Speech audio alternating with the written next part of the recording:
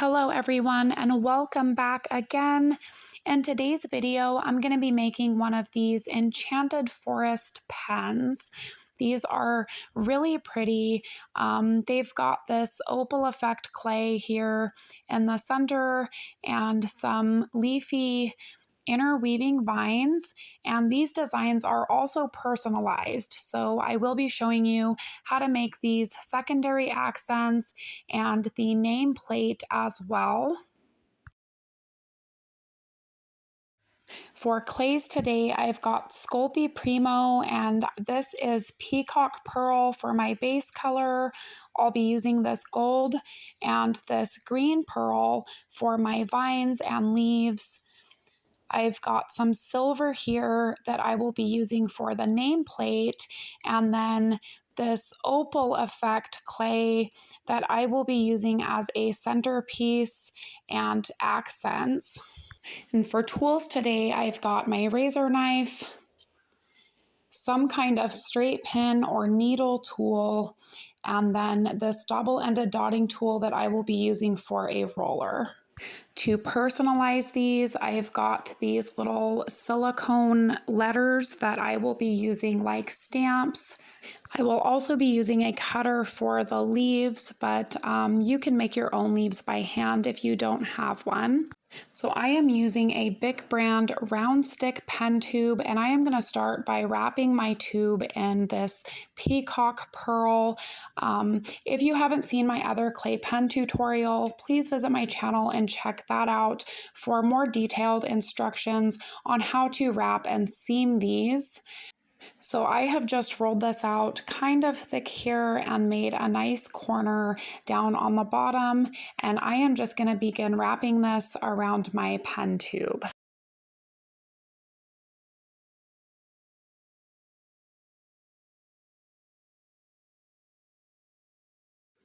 And once I've got that wrapped and seamed, I am just going to go ahead and roll this seam out and then trim up those ends.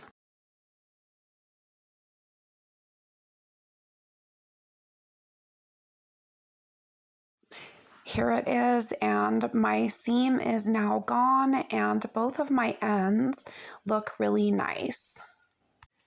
And now we can start decorating this. So I've got a small ball of this opal effect clay that I will be using for my center, and these 3 gold balls I'll be using for my vines, and I have rolled them all about the same size. And I'm just going to roll all 3 of these into some vines that are about the same length and thickness.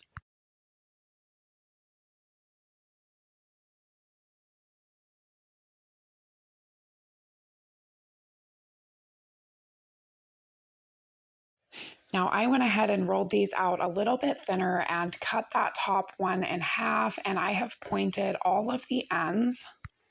And now I'm going to take this little ball of this opal effect clay, and I am elongating it just slightly. So you want kind of an oval shape, and I am going to place this right in the center of this pen tube.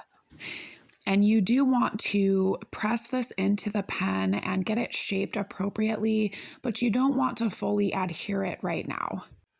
So I am going to start with these smaller vines, and I am just measuring up these ends and folding these in half, and I am going to pinch them together down here at the loop to adhere them, and I want to keep them separated on the tops. So I am just going to do that with both pieces. Here they are, and I am going to start by trimming these down. I just want to make sure that both pieces are the same size.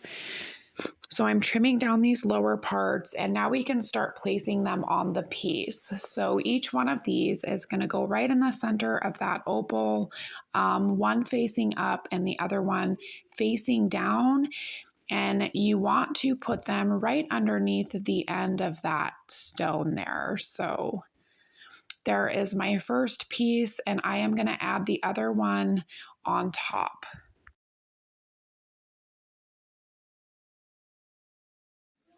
Here it is, and now I am going to add the longer pieces, again, one on the top and one on the bottom. And now we can start weaving these together. So let me zoom in here. So I am going to start by crossing these longer vines on each side, and you want to pay attention to under and over. The lower one is over on this piece, and so that one is going to go under on the opposite side. And the same thing, you're just going to cross those over and then pull them around that round piece in the center. And you want those wrapped nice and firmly around that center and adhered to one another where they cross over there. And we do want to follow through with that same under over pattern with these lower vines as well. So this one here goes under right here, so it is going to go over the smaller vine, and on the opposite side we want that one going under that smaller vine. So I am just going to grab this with the end of my dotting tool here so that I can pick it up without ruining it. And I am going to run this vine underneath it. And we're going to do the same thing with the opposite side. So this lower one is going to go underneath that smaller vine. And on the opposite side, it is already going over. So we're going to leave that one alone. And then we just need to cross these two.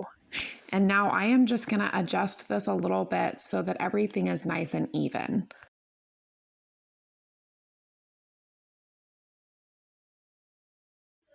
And now these longer vines are a little bit too long, so I am going to go ahead and trim up the ends of each one of those.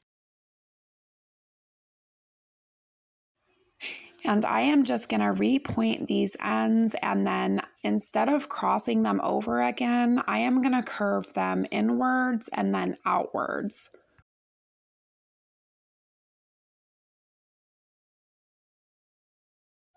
This is what they look like, and I am going to do the same thing with these smaller vines. I am just going to clip the ends, repoint them, and then curve them inward toward the center.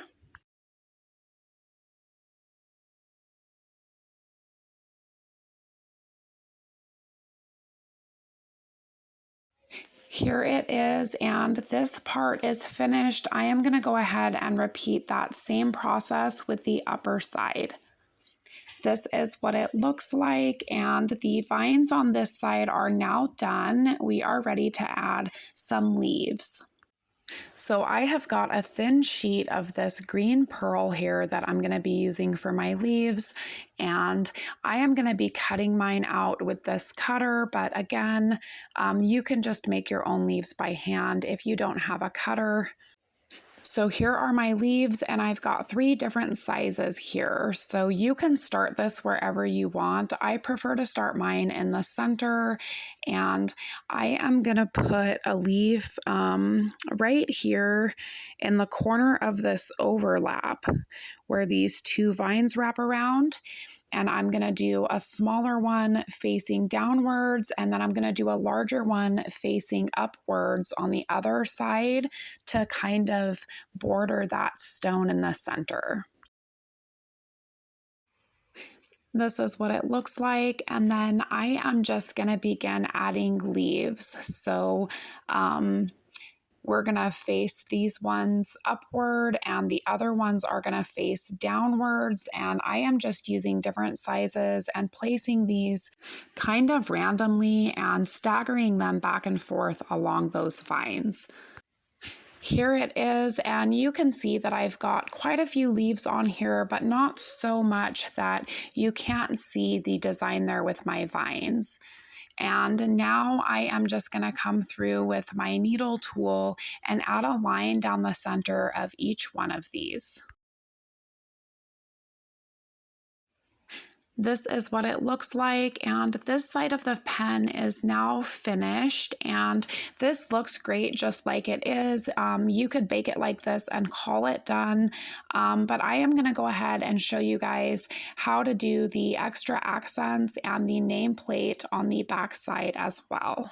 And those pieces I am going to make separately, so I am going to go ahead and just set this pen aside. And I am doing those secondary accents first. So I've got 2 small balls of this opal effect clay, and then 2 smaller balls of that gold as well. And just like with the other ones, I am just going to roll these into some skinny vines. And now that those are rolled out, I am going to begin by pressing this in a little bit. And these ones we're going to keep nice and round. And then I'm going to take my vine and I am going to just roll the one end of it into a little swirl here. And then I'm going to place that just on top of that flat round there. And I am going to wrap the longer part all the way around and then curve or curl the other end as well. And you might have to adjust this a couple of times because you do want that curl not only evenly sized, but evenly placed on either side of that circle.